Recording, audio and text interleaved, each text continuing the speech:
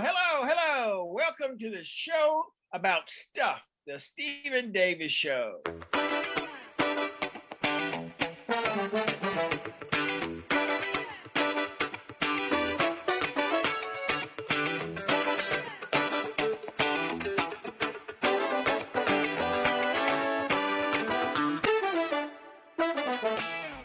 Welcome to a podcast show about stuff. It's the show about stuff, the Stephen Davis Show.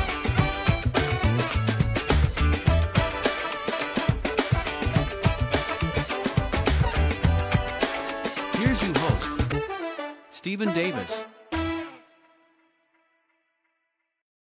Hello.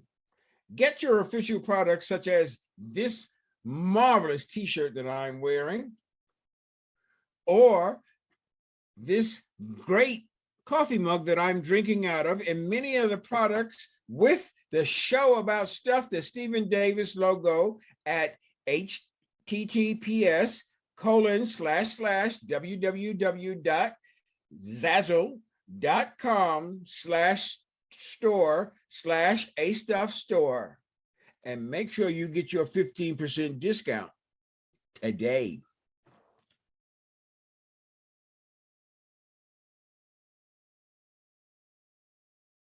Welcome to the premiere episode of season number 5 of the show about stuff, the Stephen Davis Show.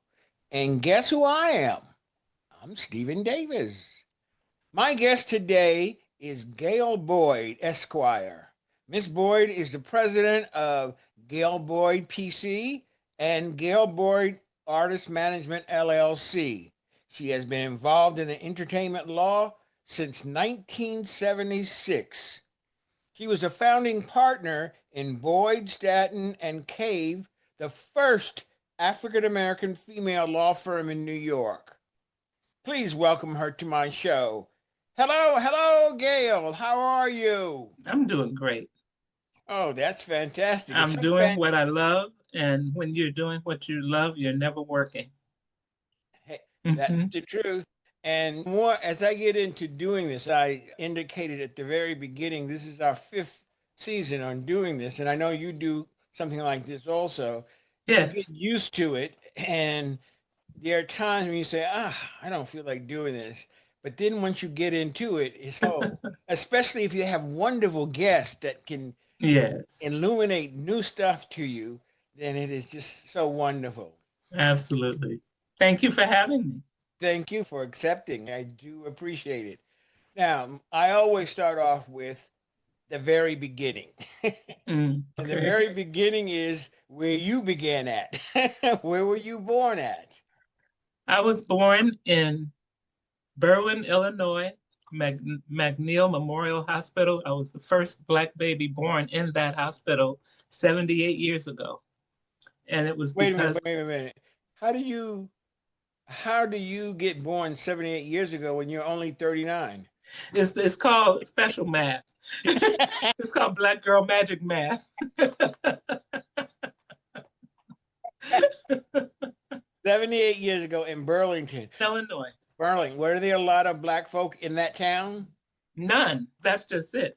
My family lived in LaGrange, Illinois, and the doctor who my mother was seeing for her maternal health had just moved into that part of town. So he had no idea. He had, certifications at a couple of different hospitals, but he didn't know that McNeil wasn't letting Black children be born in that hospital. So when my mother went into labor, as the story goes, he just sent her to McNeil Memorial Hospital because he was new, he didn't know, and she was in labor, so what could they do? So I was born there. The neighborhood that you did live in, was it a lot of Blacks that lived in that neighborhood? Yeah, it was like a donut and then a hole. So the donut was the surrounding white community that was middle income to upper income. And in the donut hole was the Black community that kind of serviced the rest of the community, either as domestics. The men worked outside of LaGrange. They worked in factories and things like that were in other small towns. But so it's not fair to say it was integrated, but there were a lot of Black people in that donut hole, and there were a lot of white people surrounding us. How far from Chicago was it? About 14 miles, not far. 50 miles. You wasn't too far from the hood. No, we were in the hood in LaGrange. So talk about your parents. Tell me first about your mother. My mother, Edith Pittman, was a trailblazer as far as I'm concerned.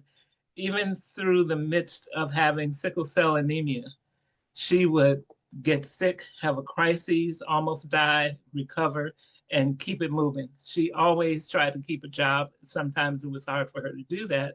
So we did have a lot of very hungry days because sometimes she would be too sick to take care of me. But ultimately, as she got older, she had fewer crises and she was able to buy a home and travel. She worked for the airlines and she got a chance to see the world. And she passed away 32 years ago, but she's still one of my idols and one of my guiding lights. My father met my mother when he was in the Navy in 1945 or 6, and they were pen pals. And so he wrote one letter to her and said, I'm in Great Lakes. I'm going to come to Chicago and I want to meet you. And so my mother felt like she wasn't attractive enough to meet my father. So she had her girlfriend go with her to the train station, who my mother thought was more attractive. And so the two of them go to the train station, and to my father's credit, he walked right up to my mother and said, Edith? And she said, Edward?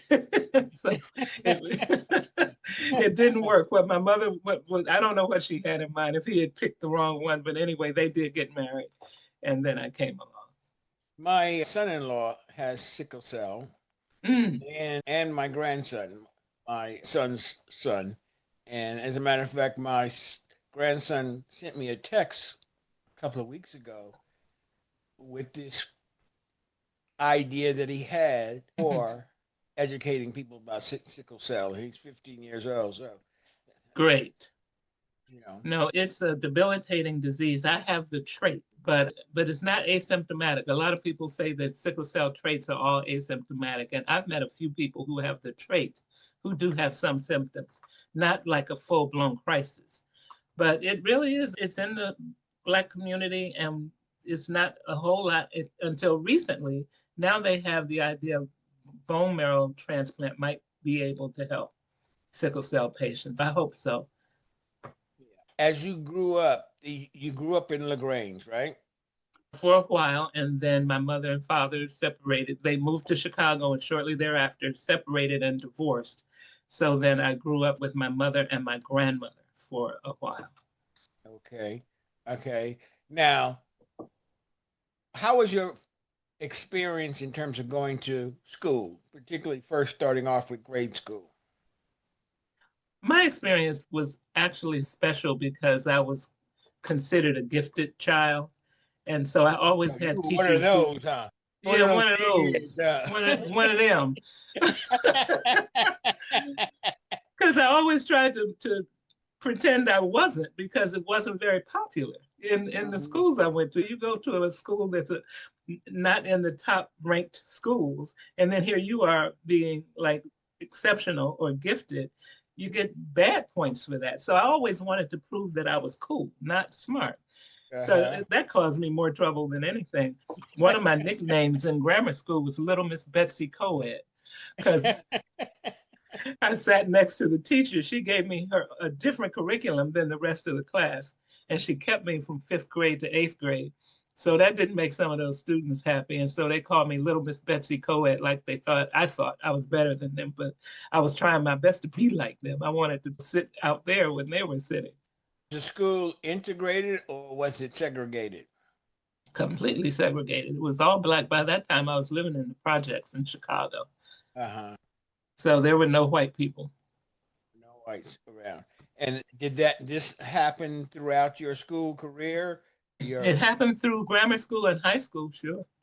Tell me about some of the experiences that you had in particularly high school that prepared you for the path that you decided to take. If I can be honest, nothing in school prepared me. Honestly, my mother, when I was growing up, when I was 4 and 5 years old, my mother would say things to me like, so what do you want to do when you graduate from college? She never said when you grow up. She always said, what are you going to do? What do you want to do when you graduate from college? So it never dawned on me that I wasn't going to go to college. There was nothing in my psyche that said you graduate high school and that's it. So I said to her, I had gone to summer camp, and the camp counselor divided the cabin up into a courtroom. I think probably her father was a lawyer or something. And one little girl's watch was stolen from another girl. And so she was accused. So the camp counselor appointed me as the defense attorney and appointed another little girl. And this is 5 or 6 years old. Appointed another little girl as the prosecutor, appointed somebody, and she was the judge. And then she had the rest of the little girls as the jury. And I won the case. And I remember winning the case only by saying, did anybody here see her take the watch? And nobody had. So then I just said, okay, then she didn't take the watch. But I won the case. But I got bit by that apple because she praised me for winning the case. So I went home and told my mother I wanted to be a lawyer at 5 years old. Nothing in school prepared me for that. Miss Smith, who had me sit next to her, she knew that I wanted to be a lawyer. And so she would give me books and I'd have to do the etymology of words and things like that. So I would say the best experience would have been 5th through 8th grade when Miss Smith had me under her wing. But in high school, not at all. I don't remember anything that happened in high school that prepared me for it. What high school did you go to? Crane in Chicago, Crane Tech, and then Hirsch is where I graduated from. So 2 different high schools. When it came time for you to graduate, were you assured of the path that you wanted to take in the 5th grade? Absolutely. I've never wanted to be anything other than a lawyer. If I have any complaint at all, it would be that I didn't give myself a chance to think about other things I might want to do, because I never thought about doing anything but going to law school. Did you have a lot of colleges recruit you at that particular time? Absolutely not. The opposite is true. I was poor. I think I might have said that once. It might bear repeating that I had no money and average grades by the time I was coming out of high school. So I was working. I went to Loop Junior College in Chicago. And some of those credits I got were even TV college credits. I don't know if anybody remembers those, because that was well before online classes. But you would watch TV and then you would go into the college and take the actual test. So I got my associate's degree. It took me 4 years to get a 2-year degree because I was going at night and working in the daytime. And I remember telling my boss, he said, you're about to graduate. And I said, yes. And he said, what are you going to do? I said, I want to finish and get my bachelor's degree and ultimately go to law school. And he said, have you applied? And I said, not really, because I don't have the tuition. I don't have money, but that's what I plan to do. I just don't quite know yet how to do it. So he was teaching, I think, an accounting class at DePaul in Chicago. And he said, let me have you audit my class. And if you audit my class and take the exam, it won't count, but I can take that to the administration and ask them if they would admit you. And that's exactly what he did. And that's how I got into DePaul. One of the things that people sometimes don't realize is that exactly what you just said. One have an idea what they want, but they don't necessarily have the dots to get there in their mind right then, but they have that desire. And if they have that desire and they move towards it, something will happen. It really does. I'm proof of that. Yeah, it happens, and it happens sometimes and you just have to walk through the door when it's open.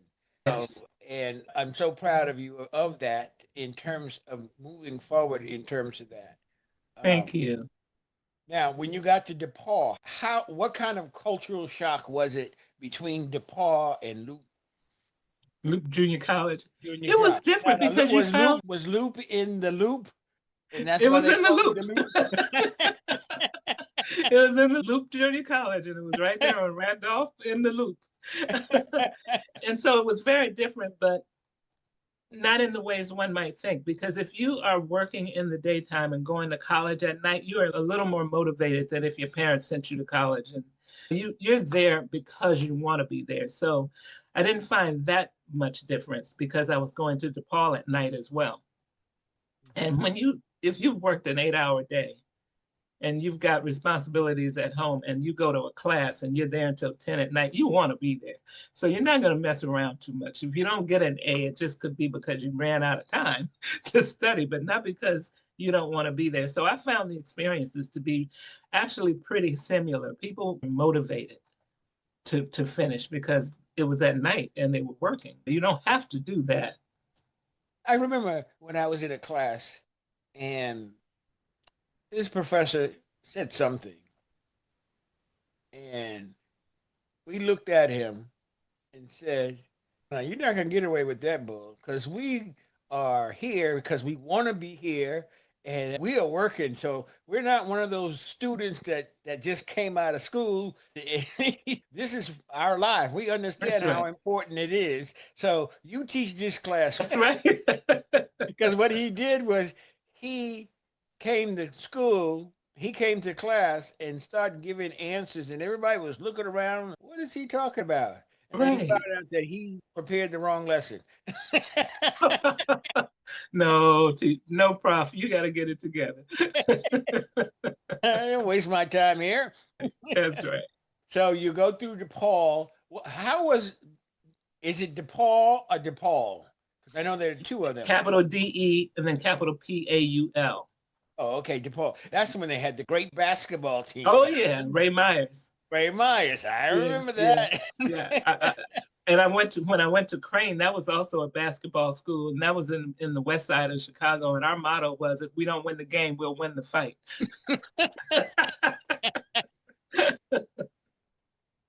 So when you went to DePaul, Mhm.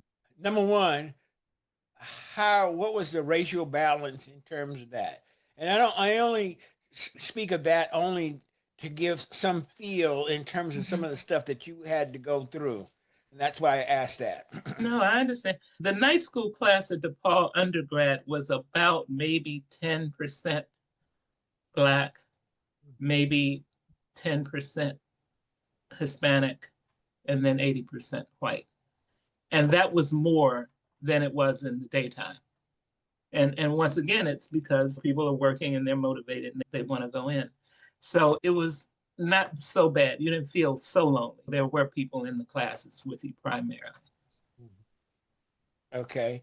Now, where did you go to law school at? DePaul.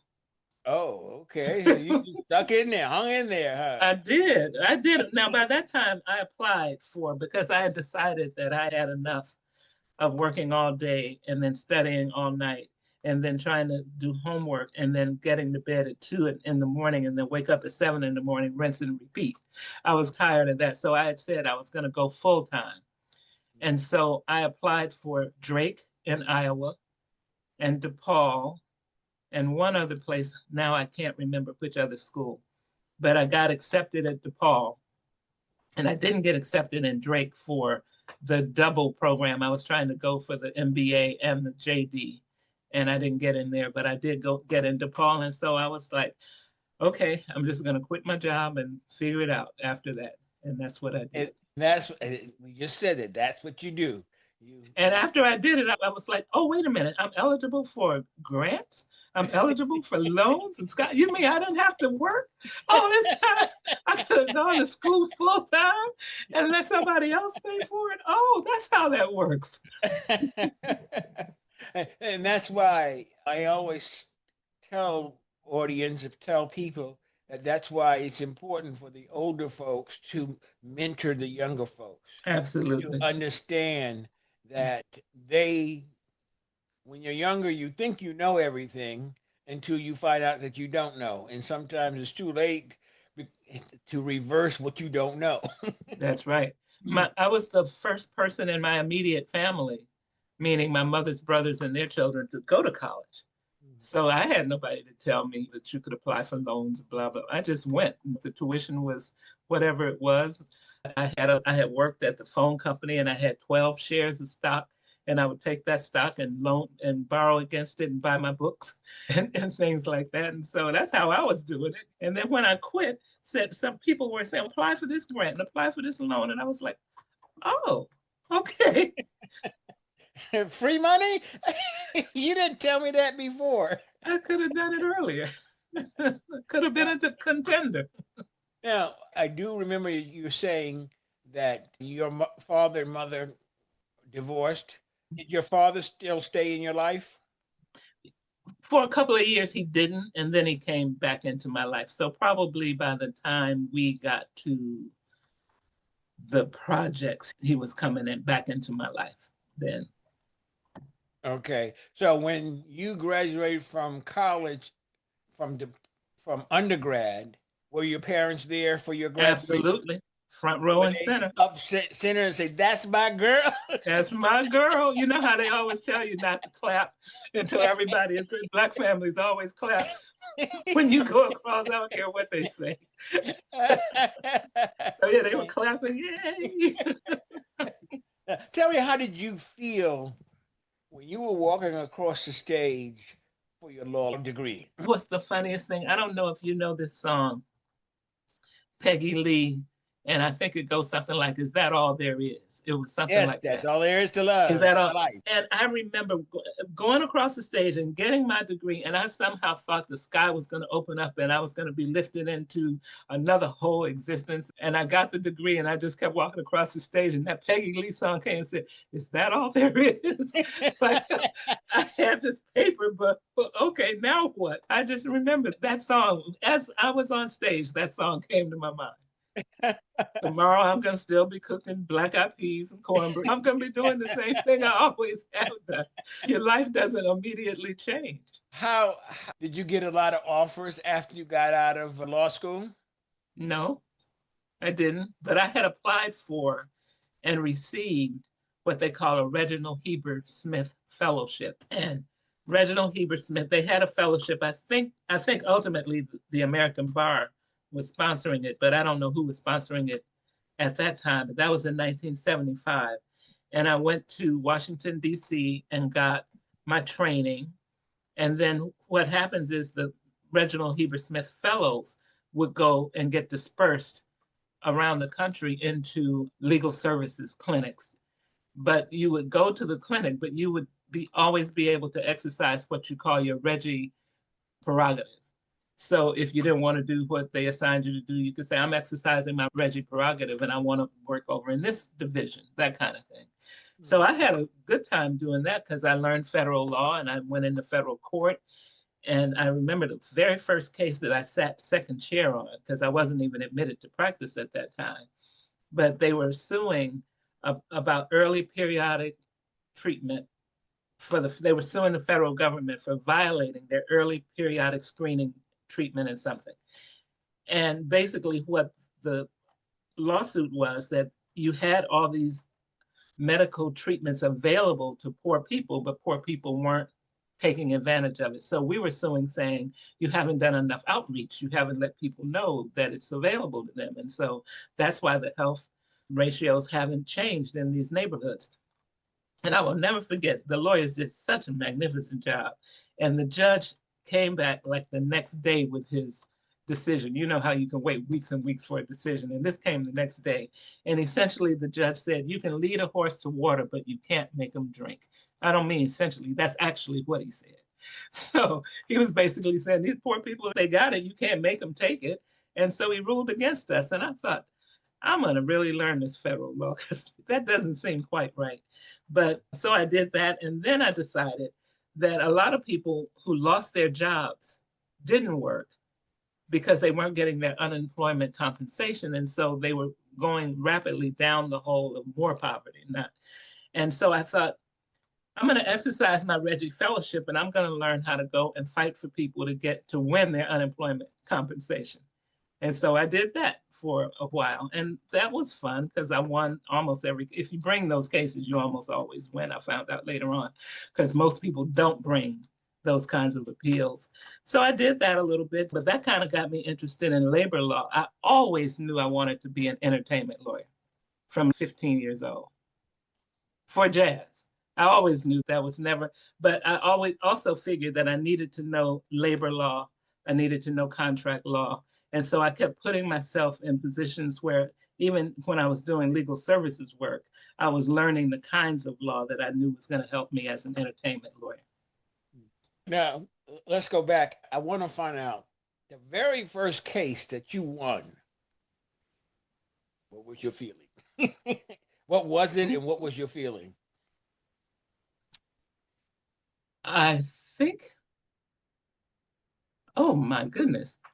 I wish I had had time to think about that, but I remember in 1970, so I graduated in 75, and this would have been around 78 because I worked for legal services for a while. But I remember my uncle passed away, and I had done his will for him. And he was blind, but he had signed his will. In the meantime, he married a woman. His wife, my aunt, had died, and he married a woman who didn't know that my uncle could still write, even though he was blind, because he wasn't born blind. He lost his sight because of diabetes. So she did another will and marked it with an X and had somebody witness it. So when my uncle died, I go to court with that will, but she runs in court with the one marked with an X. And it took us a long time, but I won that case. And I just remember the day my mother and everybody was in the courtroom. And when the judge ruled in my favor, they just exploded and I exploded. And we were just so happy. I remember that. So I don't know if that was my first, but that was the one where my mother and family members, because it was my uncle. And so we ended up, though, the money that the ex-wife thought she was going to get, she died before that case, before we got the money, and we used it to bury her. Okay. You just made me think of a time when I was taking this class and we had a guest speaker, and it was a lawyer. And the lawyer was trying to tell us that we need to keep focused on what we're doing and understand. He says, because when I graduated from law school and got my degree, the first case that I was on, the guy looked at me and said, I did not do it. I did not do it. So he said he got in there and he fought for this guy. But he lost the case. And he was so sad and broken at the table after the jury came back with it. And the guy said, what's wrong? Don't be sad. Besides, I did do it.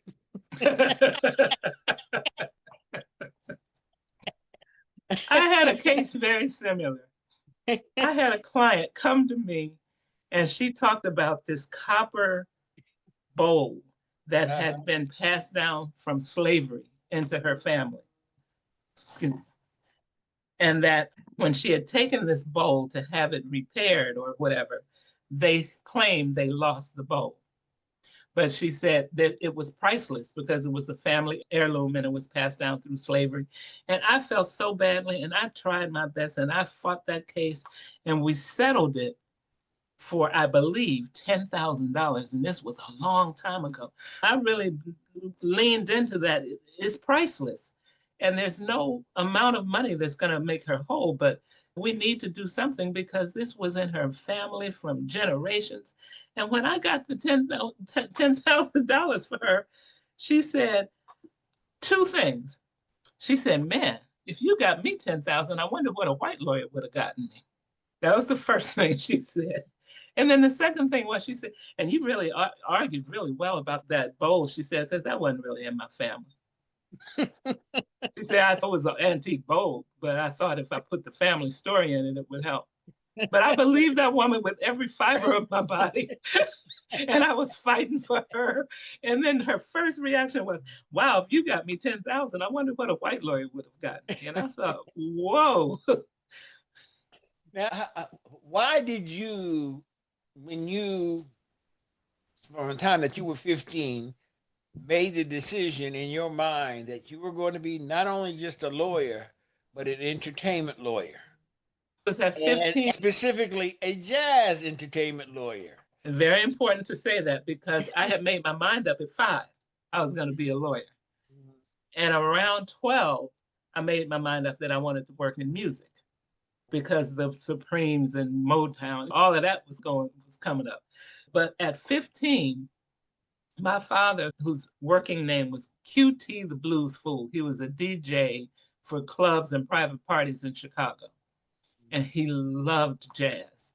And so when I would visit my father, he would tell me about all the jazz greats. And he didn't know what to do with a young girl. So he would just sit and question me about jazz, tell me about jazz, and then test me on it, that kind of thing. And so he was telling me at one point about John Coltrane, the quintessential quartet with McCoy Tyner, Elvin Jones, Jimmy Garrison, and John Coltrane. And he just was talking about them like they were the second coming. So I'm coming from school. By this time, I'm going to school in my father's district, but still living with my mother in the projects. But I was going to a slightly better high school. So I stopped by McKee's, I think it was, in Chicago. And I asked the guy, is John Coltrane going to be here? And he said, yes. I said, I want to see him. And he said, how old are you? I said, 15. I don't want to drink. I just want to see John Coltrane and Jimmy Garrison and Elvin Jones and McCoy Tyner. He was surprised that I knew who it was. He said, come back at 8 o'clock and I'll let you sit here and watch them, pointing to the stairs. And I called my mother and told her I was staying with my father. And I called my father and told him I was going home. So that gave me a couple hours to play with him. They both said, okay. And so since they both thought I was with the other one, they didn't bother to call. So it gave me some time. I did that more than once, obviously. So I go and I hear John Coltrane live. And he plays Softly as in a Morning Sunrise for 45 minutes. And I was hooked. I'm like, this is me. This is what I want to do. And I have never changed from that point to today.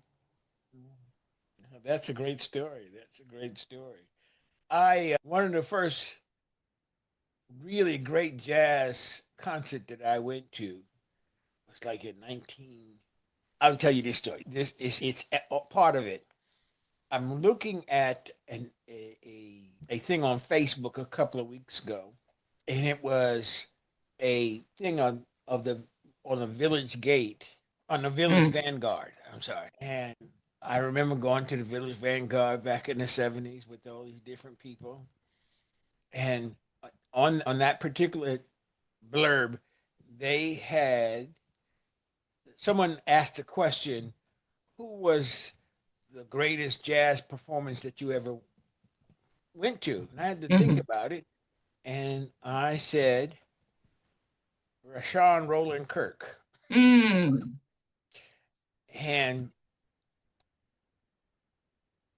I looked up and I saw that the Village Vanguard had a blurb on Rashawn Roland Kirk playing the three instruments. Horns at the same time. Yes, in his mouth. And they had the actual live show from 1975. Wow.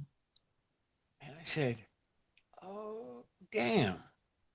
I was at that show. Wow. Wow. I was at that show. That's history. That is history. So I understand what you mean when you said you went to see John Coltrane at that time. That was in 63. Because he died in 65, right? Yep. That was in 63. Okay. Now, when did you make the transition from doing law as legal aid or whatever to actually doing entertainment law? So when I left legal aid, I started working for the Department of Correction in New York City, and I was an assistant commissioner there. In fact, my husband, Walter Beach, I hired him as director of training there when I was working there, which is how we met, by the way. Did you? Let me say. I'll ask Walter. Did you hire him with that in mind? No, and everybody asks me that, but no, I did not. No, I did not. He was ultimately qualified. Oh no, I know he was qualified. That's why you hired him.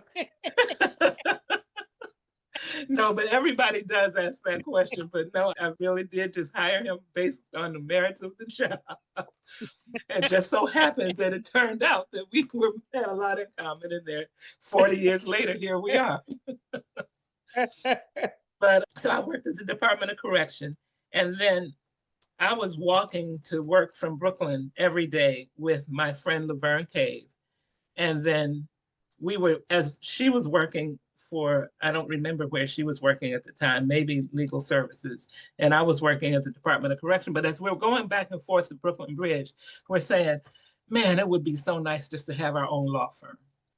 And we just kept doing that. And finally, another friend, Betty Staten, heard that we were talking about it. She said, don't you ladies go into it without including me. And so we said, okay. And so we started talking seriously about having this law firm. What do you want to do, Laverne? And she was like, her family was a bunch of healthcare people. I don't know if you knew Dr. Cave in Brooklyn and Dr. Herbert Cave, who was her father, but she had a health background. And at that point, she was saying something in health management is what I want to do. And Betty, who was very active in her church, but she wanted to help families. So she said, ultimately, I want to be a family court judge. And I said, ultimately, all I want to do is entertainment law. So we went into it knowing what we wanted to do with our specialties. We opened the doors in 1985. And we started practicing law. We invited a bunch of people to a party. And the next day, we opened our doors and the phone started ringing from people who had been at the party or people they were recommending.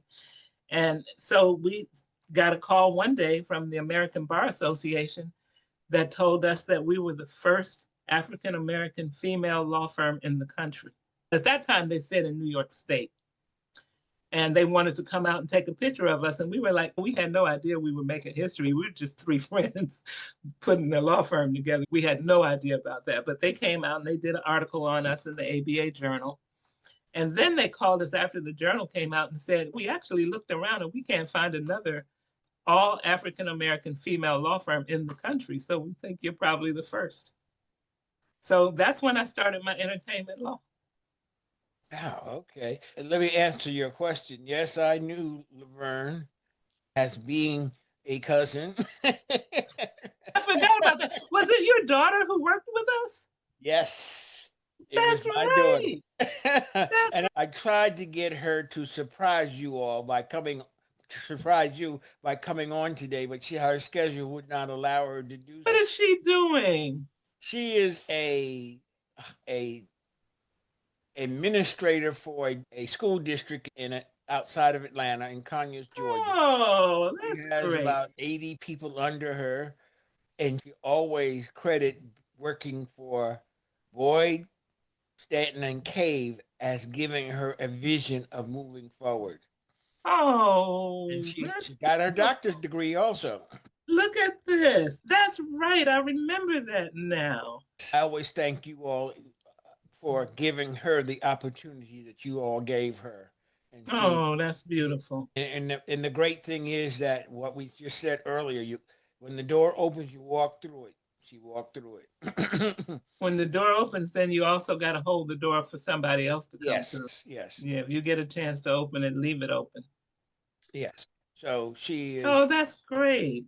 How is Laverne? Do you ever talk to her? I have not talked to Laverne in quite some time. Me either. I would love to speak to her. If anybody in your family has a way to reach her, please let her know. Yeah, I would love to do. Okay. I'm so proud of your daughter. That's great. Yes, thank you. Now, when you all went your separate ways, I was kind of surprised because Betty became a judge and Laverne went on and did whatever she was doing. Right. And so we went from Boyd, Staten, and Cave to Boyd and Cave to Gail Boyd PC. Okay. So as they left, I just kept practicing law, and I was in Brooklyn. So I said, if I'm going to try to stick with this entertainment thing, I'm going to move into Manhattan, and I did. So I moved into 1501 Broadway on 43rd and Broadway. Oh, okay. All right. I have to visit you one day. Out there now. Oh, you're out there now? 40th and 6th when I'm in town. 40th and 6th. I used to have an office in the 70s for a short period of time before I moved up to Midtown, further up Midtown on 40th and 5th, Wow. across You're the in street this from Brooklyn, from not the Brooklyn, from the New York the Public Library. library, yes. And I'm a Yeah. block away. I'm on the other side of the park. Yes, when I was doing my research, I said, "Oh, she was right around the corner from me." But I was going to say something in terms of number one. I remember you all were at 26 Court Street, right? That's right. That's right. But also, Laverne was for a short period of time a lawyer for a firm that I had. Really? What Yes, firm? to come up to 26 Court Street. Did you? And I was probably never in the office. And I was only 10 years old then, but I was Oh yeah, right. You got that black man magic age. Okay, now you are in your own space doing your own thing. What are some of the projects during this particular period of time that you had? Doing some, yeah, I was doing some work for Betty Carter, and I signed her deal to Verve Records, Okay. and I was able to get her one of her masters back from a record company, which was unusual at the time, but I was able to get her ownership of one of her masters. And I sued in federal court someone who had created a record company just for the purpose of putting out one of Betty's albums. And so I got the federal court, and that's where that federal practice came in handy. I got a temporary injunction, a preliminary injunction, and then before we went to a permanent injunction, we settled the case. So then I was able to sell that project to Verve Records. And I was also doing other kinds of works like wills and estates for entertainers and things like that. You mentioned Rahsaan Roland Kirk. I've done some work for his widow in terms of his estate, Randy Weston's executor for his estate, that kind of thing. So I'm in it in terms of contract negotiations, but also wills and trusts and estates. I did a show, one of these shows with Kim. Oh, the singer? Kim, the daughter of Randy. Oh, Kim Weston. Yes. Oh, wow. Okay, I have yes. her as one of the tapes that I have done. Yeah, okay. And I did see on here that you were with, that's what brought to mind Rahsaan Roland Kirk, because I saw it on your bio. Yeah. I knew some people that you might have known. Do you know Frank Wheaton? No, I don't believe so. Okay, Frank Wheaton is a entertainment lawyer also, but he was a very big entertainment lawyer out in Los Angeles. Okay, okay. No, I don't know very many. I don't know any Black entertainment lawyers. I did know one, and I can't even remember his name right now, who was in LA. The ones that I did know were East Coast based, pretty much. And then there was Frank and the reason why I mentioned Frank was because you were part of Beasler. Yes. One of my board members for a network that I founded, a television network that I founded. All this morning I forgot to look her name up, but she was one time the secretary of Beasler. I don't know, because I was in Beasler in my early years, in the late 70s, early 80s. I think it was founded in like 79, something like that. And I haven't been active for years, so I wouldn't remember most of them. I remember, name starts with a K, Kendall Mentor. Oh, okay. Yeah, I remember. It was a couple of others who were very active in Beasler. Kendall just passed away a couple of years ago, but I haven't been active in it for a while. Yeah, and I saw that you were part of the Metropolitan Bar Association. Yeah. At one point, I chaired the entertainment committee of that. At one point, our lawyer that I did have for a nonprofit piece that I put up was Leroy Gill. Ah, okay. I remember that name. Yeah. Okay. And I remember going to an affair that Metropolitan Bar Association did with the Jewish Bar Association, I think. What year would that have been? Excuse me? What year was that? That was probably in the early 90s. 90s, Okay. in the early 90s. Wow. But yeah, I remember going to that because it was held out in Queens. Now, tell me, what is your assessment of the state of jazz these days? How much time do we have? A little bit of time. No, my assessment of the state of jazz, if I'm being an optimist, and I like to be optimistic, is that it's in good hands. There are some very young people who are stretching the boundaries and keeping jazz alive and doing really great work. And I want to do everything I can to encourage them. But having said that, you find these young people going to school now to get degrees in jazz, and they're paying $60,000 and $75,000 a year. So they're coming out of college with a $300,000 student loan debt, and they're getting gigs paying $100 a night. The math is not mathing, as the kids say. And so then they get frustrated and say, what do I do? The only thing that you can do and still pay your rent, especially in New York and LA and places like that, is to get another degree and then go teach. So we got more and more teachers and less people. Like, I can't even imagine John Coltrane sitting in a classroom taking a class on improvisation. It boggles my mind. That's what we've done to jazz, is we made it like institutionalized in a way. And we've done it in a way that doesn't make anybody make any more money. It's just somehow things just went off the rails where we thought, okay, we need to teach people jazz. And so more and more people who want to do jazz are going into schools. Having said all of that, there are jazz festivals. I've got one client, a young client right now, he's 25 years old, on his way to Europe, was just there this summer for a month, on his way there for 3 weeks, going there April for 3 weeks, and then going back next summer. And I already have dates for him.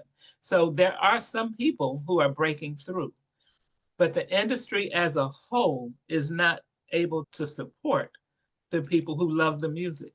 And we have to do something about that. We're not selling albums anymore. We're not selling CDs. Everything is being streamed. And the AI companies and the tech companies that own the streaming companies could care less about music. It's really about numbers of streams and how they can use that to monetize and get more money. And they pay the musicians 0.0003 cents per stream. So if you're going to make some money, you got to have 1 million streams to start making some money. And you try to tell people that all the time. What has happened is that all of a sudden everybody can own their own network, and that's what they're told.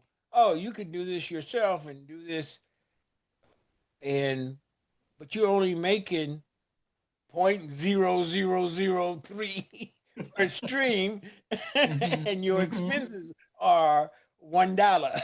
Exactly. Exactly. So that's what's happening. When I put this particular podcast up, I didn't do it to make money, because I knew getting 1 million people to view it, particularly because there's so many different forms of entertainment these days, so many ways to get it at, and so many people have it because they're told that it's just so easy to do. Just put it up and the people will flow to you. No, the people don't flow to you. People don't flow. They have too many other things that they're doing with their lives to always tune into you. So that's why I always say this is archival. This is to let people know that we were here 100 years from now. That's right. That's right. That's right. The good thing is that vinyl and CDs are making a bit of a comeback. I was talking to this record distributor the other day who said that people are buying CDs as a memorabilia because they don't even have CD players. But if they go to the concert and they like it, they buy it and have you sign it because they can say, I was there. So whatever reason they buy it, that money goes to the artist. So I'm all in favor of that. I do recognize that there is a certain cadre of people that are buying vinyl and CDs to listen to Oh listen to yeah, music other than on their tablet. They want to hear the pops in the grooves. I know. Yeah. That's a select group of people who want to hear, they are audiophiles and they want to hear everything. And I love those people. But that and $1.50 won't even get you on the train. You need people who are going to buy lots and lots of, especially if you're independent, which is the thing I'm encouraging everybody to be, which is what you're saying also means that nobody's making any money. But the most money you can make is if you own everything from start to finish. Yeah. If you finance your project and then you have your CDs printed up, your vinyl printed, and then you sell it. If you get a radio promotions person, if you get a publicist, if you get a marketing person, whether it is online marketing or traditional marketing, that is a label. That is a label. And there are enough of those people out here who are freelance because they've been fired from the labels that you can hire them at a fairly reasonable price. And then you make all your money back. If you get 80% of the cost of the vinyl or the CD rather than 10% after recoupment, you have a better chance to recoup. To that extent, if there's anybody who wants to be independent, they're going to make some money. Will they make a living without having to team up and get 4 roommates in a 2-bedroom apartment? Maybe not if they're young, but it's ways to do it. One of my great friends, we've been friends for, I, I hate to tell her age. But she got black girl magic age, so whatever it is, just cut it in half. But we've been friends for over 50 years. Is, Wow. Robin Bell Stevens? Yes, I Yes. just saw her. Robin and I have been friends for the last 50 something years. I just saw her at the Harlem, what did they call it? Harlem Week? No, before that, right Grants before that, Charlie Parker Festival. Oh, the Charlie Parker Yeah, Festival? the Charlie, yeah, I just saw her. Yes. We Great. for quite some time. Oh, she's a lovely person. Yes. What are some of the things that you have coming up that you are excited about? That you can Well, talk I'm excited something about I've been doing the Oscar Peterson at 100 with Kelly Peterson. We've done a few of those concerts, and we did one at the Orchestra Hall in Chicago with the Chicago Jazz Orchestra. And then we went to Cleveland and we did it with the Clayton Hamilton Jazz Orchestra. And now we're on our way to Toronto to do one. And then we leave Toronto and then we're going to Pittsburgh. So I'm excited about that because it's Oscar's 100th. And then John Clayton is working on, with a particular venue, tributes for Miles and Coltrane because it's their 100th next year. So I'm excited about that. And then I'm real excited about my client, John Clayton, who is a composer and an arranger. He wrote the arrangement for Whitney Houston's Star Spangled Banner that got a platinum record. Now he's composing music for a Philadelphia orchestra that's going to be premiered during this, what do they call it, the sesquicentennial, the 250th birthday of this country, and using some photographs of this Philadelphia photographer who had been taking photographs for years, using that as the impetus for this composition. So I'm excited about that. And of course, my newest client, Tyreek McDowell, who's 25, that I was talking about, who's just 5 weeks #1 on radio and touring all over the world. I'm really excited because he's holding down the tradition and he's also moving up and changing it a little bit, which I just love that. So that's all the stuff I'm excited about. Have you were talking and you hit 2 things that made something pop to my mind. I remember one of them. Maybe by the time I finish the first one, I'll remember the second one. But the first one was that I had produced a demo tape for a friend of mine who was a musician down in North Carolina. And I brought it up to a friend of mine that was a lawyer. He was also part of Polydor Records. At the time, he was trying to buy Polydor, he and some other folks. And His name was Paul Marshall, and he had an office on 57th Street. So I took this tape up to him and said, "I want you to listen to this tape. Man, this guy is good." He says, "Okay, I listen to yours if you listen to mine." I said, "Okay." So I listened to his first.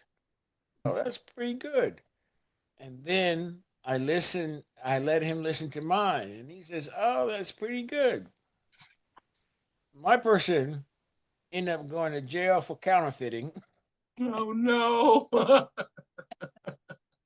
You can't make this stuff up. And his person was Whitney Houston, her first album. Are you kidding? That's hilarious. Oh boy. There was a period of time that I spent a lot of time in the music industry. Mm, Not necessarily, I wasn't a performer. Didn't want to mhm, be. I mhm. was more on the management side. Okay. At least I thought I was until I started starving. No, if you were starving, you probably really were in management. That One of seems the to be. persons that I had as a client was, do you remember Sarah McLawler? I remember the name, but I don't. She was an old time. Oh, she, Lawler. Sarah McLawler. Yeah, I remember that name. Yeah. I remember us going to, what was that club in Atlantic City? Harlem. Oh, it was a club in an old time Chitlin Club in Atlantic Mhm, City. mhm. That was one of the stops on the Chitlin Club. And Yeah, on the Chitlin Circuit. a circuit, yeah. Yeah. It was Harlem was in the name. Wow. And then there were some others that I had that some of them I don't even remember who they are.